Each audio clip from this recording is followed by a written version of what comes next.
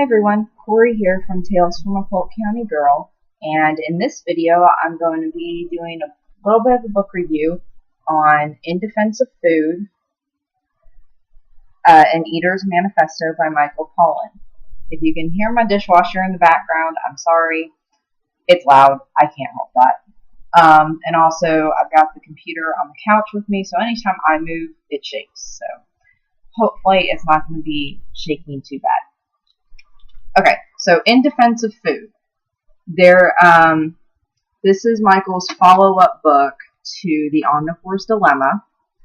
It goes into where The Omnivore's Dilemma was, where it looks at the three ways we get food, industrialized food farms, organic food farms, and then hunter-gatherer. This one goes into, make sure I get it correct, how nutritionalism has changed the way we eat, how the Western diet has affected not only America but the rest of the world, and what we can do in our own choices to get beyond nutritionism and the science behind it. This book wasn't as hard to get through as The Omnivore's Dilemma. It's obviously a lot thinner, but it read faster. Dishwasher, oh my god. I wanted to get this video done before I ran out of time from today, but I really enjoyed it. It really delves into the nutritional science and how things changed in the 50s and 60s. When science first started getting into food and went, oh, well, if whole wheat bread has a lot of vitamin B in it, why don't we just add vitamin B to white flour and make it, like, you've seen Wonder Bread that says enriched with B vitamins? It's that type of thing. It's taking what nature has already done, stripping it down, and then adding these nutrients back into it. But that creates a problem. I think it was towards the end, and it was looking at when corn was taken from the Americas back to Africa and Europe. Oh, here it is. Very often, when a society adopts a new food without the food culture surrounding it, as would happen when corn first came to Europe, Africa, and Asia, people get sick. The context in which food is eaten is nearly as important as the food itself. So it's looking at, it went through things like the French paradox, the Greek paradox, the Mediterranean diet. Why do all these other cultures around the world eat seemingly high diets, high in alcohol, saturated fat, name it, whereas Americans supposedly are the healthiest eaters nutritional wise, but we overeat and we are actually very unhealthy. So it's very interesting looking at that, and it was a really good book. I do recommend it.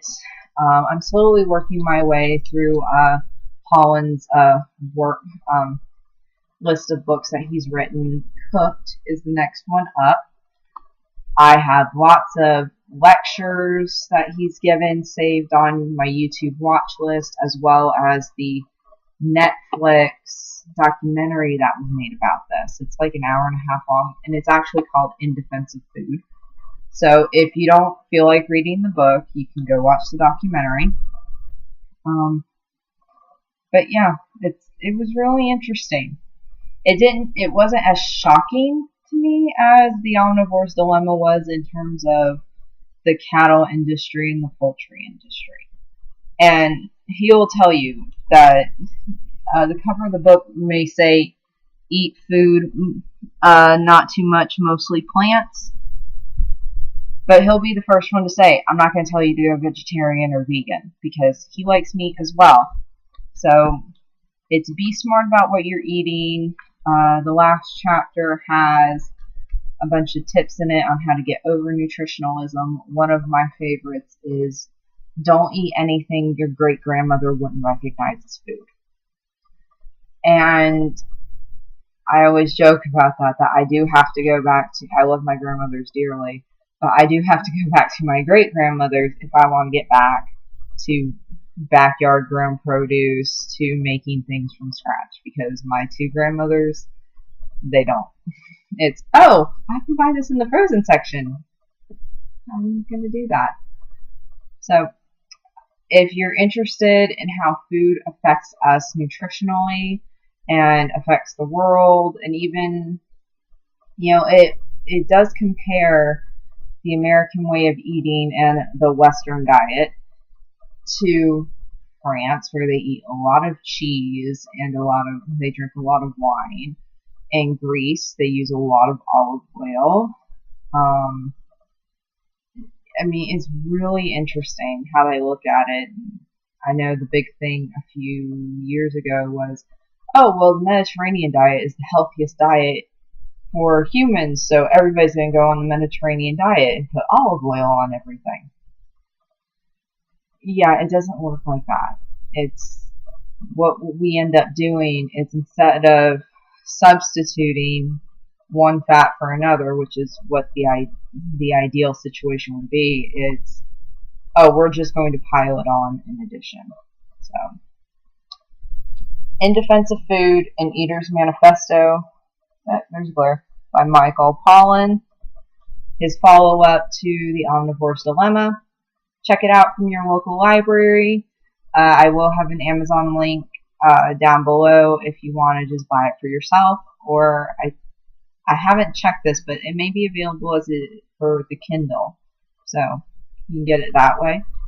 And check out the documentary on Netflix. I'll see everybody later. Bye.